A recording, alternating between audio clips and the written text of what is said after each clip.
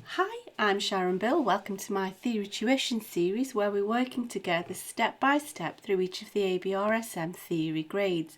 There are lots of resources available to help you on my website. If you visit sharonbill.com, you'll find some free PDF information sheets, and these are available to download in US letter or A4, and they accompany each step of this series. You'll find a page there with links to all of my YouTube video tutorials, and you can also find out about the books that I have available. I've written an exam technique guide, how to take your ABRSM Music Theory Exam. It's full of tips and techniques on how to best prepare for your exam, and also how to make the best use of your time come exam day. So if you go to sharonbill.com, you'll find it's all there. If you can give me a like, that would be really super, and please do subscribe to my channel to keep updated and share out the videos. And now we're going to crack on with paper C of the 2018 grade 4 papers. So if you turn with me to page 16, we can make a start there. So I'm hoping that you've had a go of this on your own. First of all, it doesn't matter if you've gone wrong, always work in pencil. I use a mechanical pencil just so it stays nice and sharp, and that way you're not going to risk losing any marks by not being quite neat and tidy. And then if you go wrong, you can just rub it out and it doesn't matter, you can have another go. It's much better to learn by making your mistakes. You'll learn more thoroughly that way. And so now we're going to have a look at question 1 together to check through those answers. So all of the questions for this section will be relating to this little melody here.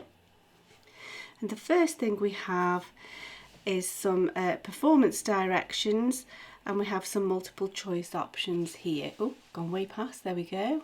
Oh no, there I am. So then, tempo commodo. Well, if you think commodo, a commodious tempo, so at a comfortable speed makes sense there.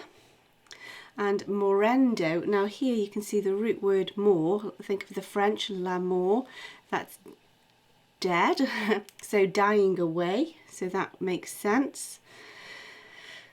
That's that done then. Let's press on. So now then, we're asked to rewrite the last note of the melody so that it sounds at the same pitch. So we need to be careful we don't jump any octaves, but we need to change to the alto clef. So we're going from the treble clef that the original was in to alto clef, keeping it at exactly the same pitch. So we need to put in the new clef and the key signature. So then, let's have a look at this. So we need the alto clef, which means middle C is now that middle line there. That's what we're basing everything around. And then the key signature is 2 flats, so we want that C, so B is 1 below, C, D, E. There we go. Now then, we're rewriting the last note of the melody, and so if you keep middle C as your octave, as your reference point, and then you won't get the wrong octave. So there's middle C at the bottom of the treble clef, C, D, E, F above that. So here's middle C, C, D, E, F.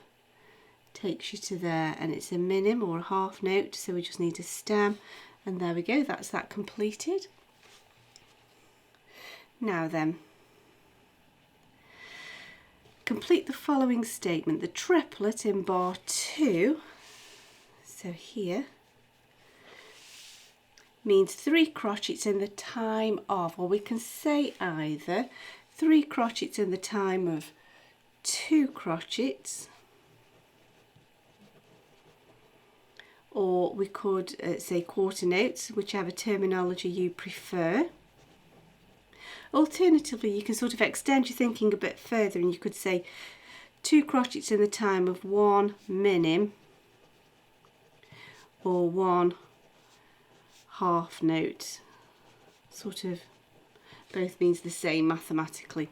Now we're asked to describe the time signature. Is it compound or simple time? Is it 2, 3 or 4 beats in a bar? So let's have a look. Here, this time signature is the same as 2 over 2, 2 minim beats, 2 half notes per bar. And so that's simple time because it divides into 2s. So it's simple time and then there are 2 beats in a bar, and so it's duple. There we go. Let's just turn over the page to just look at the last few questions to this section. So we need to keep an eye on this little extract here. We're still referring to that. So then, answer true or false to this statement. The rest in the last bar is worth 24 demi-semiquavers. So let's look what the rest is in the last bar. So we're looking at this rest here, which is a minim beat or a half note rest. So just to save space, I'm going to diagram it out, but from a crotchet or a quarter note, and then we can just double it.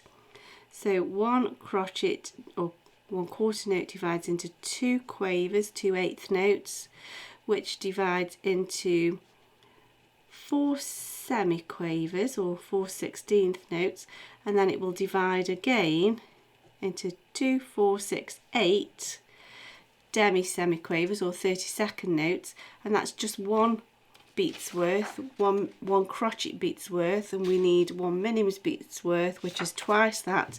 So 8 times 2 equals 16, which is not 24, so that's false. And then just generally speaking, we're asked we're told that the melody is in the key of B flat major. Which other key has the same key signature? So we need to think of our related keys. Now, if you've, I always advise that you just write out your circle of fifths before you even start the exam paper. This is all of the keys. You won't need to go this many keys up just yet. And it gives you the major and the minor keys and all of your key signatures. And if you're not sure how to do that, you can follow the links in the cards and the description to my tutorial explaining exactly how the circle of fifths work. But if you just do that first and foremost, then all of your thinking is done, and every time you need to think about a scale or a key signature, you've already done the thinking and you can just refer back to this sheet. So if you've done that, you will know that G minor is related to B flat major. So there we go, that's the end of that question. We'll look at the next question in the next video. I do hope this is helping you with your studies. I hope it's helping you to get to grips with the theory. I hope you're enjoying it too. I'm certainly enjoying working through it with you. If you can give me a like, that would be really super, and please do subscribe to my channel and also share out the videos, please.